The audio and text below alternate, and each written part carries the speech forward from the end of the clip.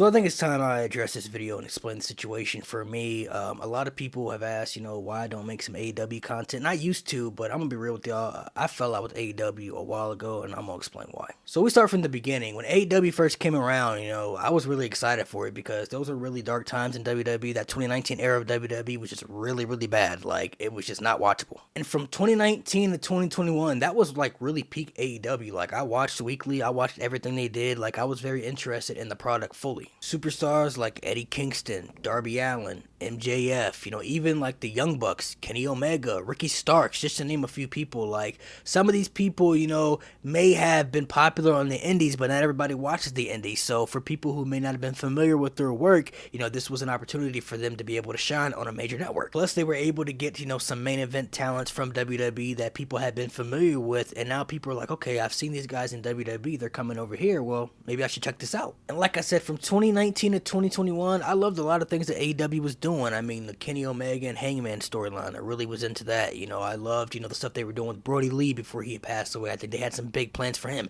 Kenny Omega when he became the belt collector. I mean, in that time frame too, they managed to bring back CM Punk to wrestling. And then they also got Bryan Danielson and Adam Cole debuting on the same day, bro. That was epic. And the freaking matches the company was putting on, like Cody Rhodes versus Dustin Rhodes, that honestly is one of my favorite matches of all time. That was a really good, masterful storytelling match right there. Jon Moxley and Kenny Omega at Full Gear, that was great. CM Punk and MJF in the dog collar match, that was great right there to end the storytelling that they were having at that time.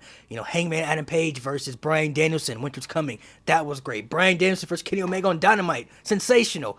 I mean, there were just so many. The Lucha Bros versus the Young Bucks in the Steel Cage match. My gosh, one of the best tag team matches I've ever seen. But when Cody Rhodes left AEW, that kind of was strange to me. He was one of the people, one of the pillars who helped create the company to begin with. One of the EVPs of the company. And, Cody Rhodes was obviously getting the, mixed reaction from the fans. A lot of people, either liked him or hated him. He was like the John Cena of the company, I guess. He was very controversial. Like, when Cody Rhodes was winning, a lot of people felt like he was burying talent, not putting people over. But when Cody Rhodes was losing his matches, nobody really had anything to say because he was losing. So off rip, that was just strange to me to begin with. Like, Cody leaving AEW, that told me that something was up. Like, something ain't right. That 2018-ish, 2019 era was just so bad for WWE from a booking perspective. And one of the main keys was WWE was really good at building up superstars like Braun Strowman, a Shinsuke Nakamura, a Shayna Baszler. Really good at building up these superstars to make them, relevant and important and make it seem like they were going to be top stars in the company to get pushed in the big spots. But they never pulled the trigger on the right moments. And it was just like, why is it so hard for y'all to pull the trigger at the right time?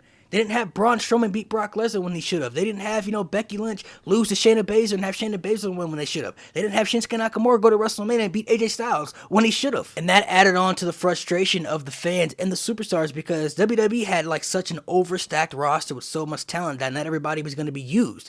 And they had so many people who were so talented just sitting in the back doing nothing. And a lot of fans, were like, how are you not doing something with this guy? Or why is this guy not doing at least something? You're just sitting in the back doing nothing. You're pretty much just wasting their time. And that's how I feel about AEW right now. Like, there's a lot of guys they took from WWE that weren't doing anything in WWE that still aren't doing anything in AEW right now. AEW is also really good at building up superstars, but they fail to pull the trigger at the right time when it comes to certain superstars too. Hangman Adam Page is an example. Like, by the time he became AEW World Champion, he wasn't getting the same type of positive reactions that he once was, and a lot of fans I feel like just really didn't care at that time. You look at somebody like Wardlow. Wardlow was a monster after the MJF stuff, man. Was squashing people, was looking dominant as ever, and then just kind of fell off the radar. The MJF and Jay White match, really loved that match. Thought it was really good, but the way they structured it and booked it just was kind of like backwards.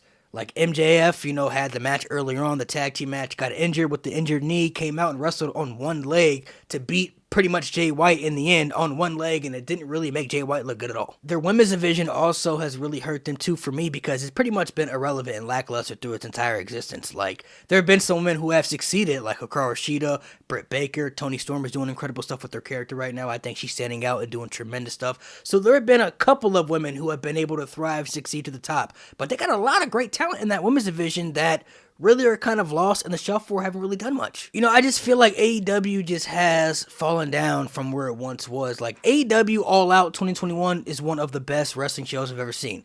After I watched that show, I'm like, AEW going up. They can only go up from here because it's one of the best shows I've ever seen right here. But they've kind of went downhill a little bit to me, man, since that. I mean, the lackluster of bad booking, not utilizing and pulling the trigger at the right time on superstars that they built up to make credible, and then they just pretty much wasted them, pretty much lost in the shuffle. Superstars that, they grabbed from WWE that they could have used and made it, big stars in the company that they haven't done. The lackluster in the women's division that's pretty much been like that through its entire existence. And I've been watching wrestling for a long time. I know that there's going to be things I like and don't like. There are going to be some things that hit, there are going to be some things that miss. And that's cool. But I just feel like, AEW is just falling down more than it was rising up at one point because, like I said, 2019 and 2021, AEW was on the rise and I thought they were doing really, really good stuff. But then after that, it just seems like everything has just been it just hasn't felt the same to me, at least. It hasn't felt the same watching it. It doesn't feel the same. The vibes don't feel the same. Everything just feels different. And the best way to explain it, AEW right now is making me feel how WWE was a couple years ago. Like, I can never detach myself from wrestling. Like, I don't watch Dynamite every week. I don't watch Rampage every week, but I keep up with it through social media. I watch all the pay-per-views and everything. It's how it was with WWE a couple years ago. I wasn't watching Raw SmackDown in like 2018, 2019 weekly, but I watch all the pay-per-views. I kept up with the social media. Like, I can never detach myself from the product. But the way AEW is right now, it's making me feel how WWE once was back then, where I feel like I don't need to watch Dynamite or Rampage every week because I feel like I'm not going to miss much. Like, if I don't watch it, I feel like I'm not going to miss out anything, and I can just, keep up with everything through social media and just watch all the pay-per-views and be up to date. That's how I feel about AEW right now.